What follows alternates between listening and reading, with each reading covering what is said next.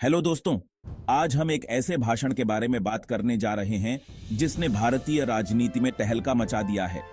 राहुल गांधी का लोकसभा में दिया गया यह भाषण न केवल उनके समर्थकों के बीच बल्कि उनके विरोधियों के बीच भी चर्चा का विषय बन गया है। लोकसभा में राहुल गांधी ने बीजेपी को आड़े हाथ लेते हुए कुछ ऐसी बातें कहीं जो सुनकर सब हैरान रह गए। उन्होंने अपने भाषण में कई मुद्दों को उठाया और बीजेपी की नीतियों पर कड़ा प्रहार किया।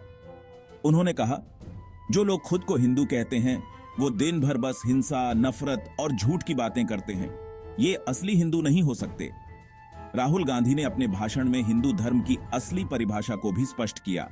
उन्होंने कहा, क्योंकि हिंदू धर्म तो सच के साथ खड़े होने और कभी पीछे न हटने की सीख देता है। उनके इस बयान के बाद लोकसभा में बवाल मच गया। कई सांसदों ने उनके बयान का विरोध किया और कुछ हिस्सों को रिकॉर्ड से भी हटा दिया गया। इसके बाद तो लोकसभा में बवाल हो गया। कुछ हिस्सों को रिकॉर्ड से भी हटा दिया गया। राहुल गांधी ने प्रधानमंत्री मोदी, आरएसएस और बीजेपी पर जमकर निशाना साधा।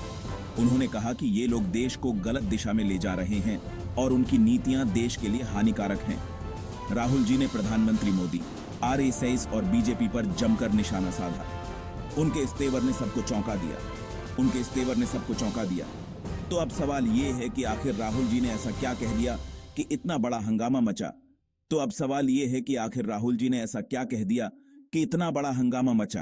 क्या थी उनकी ये स्ट्रेटजी? और इसका राजनीति पर क्या असर होगा? दोस्तों, राजनीति में तो बयानों की अपनी अलग ताकत होती है। राहुल जी का ये भाषण एक बड़ा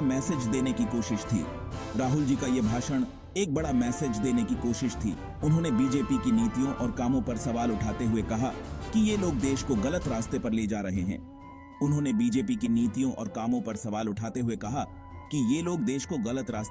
रहे हैं। इस भाषण से राजनीति में नई बहस छिड़ गई है। क्या राहुल जी की ये स्ट्रेटजी काम करेगी? क्या ये बयान बीजेपी को नुकसान पहुंचाएगा या फिर उल्टा पड़ जाएगा? ये तो वक्त ही बताएगा। दोस्तों, अगर आपको ये वीडियो अच्छी लगी तो लाइक और शेयर करना ना भूलें। और हाँ, हमारे चैनल को सब्सक्राइब भी कर लें ताकि देश दुनिया की ताज़ा खबरें आप तक पहुंचती रहें। शुक्रिया। और हाँ, हमारे चैनल को सब्सक्राइब भी कर लें ताकि देश दुनिया की ताज़ा खबरें आप तक पहुंचती रहें। शुक्रिया।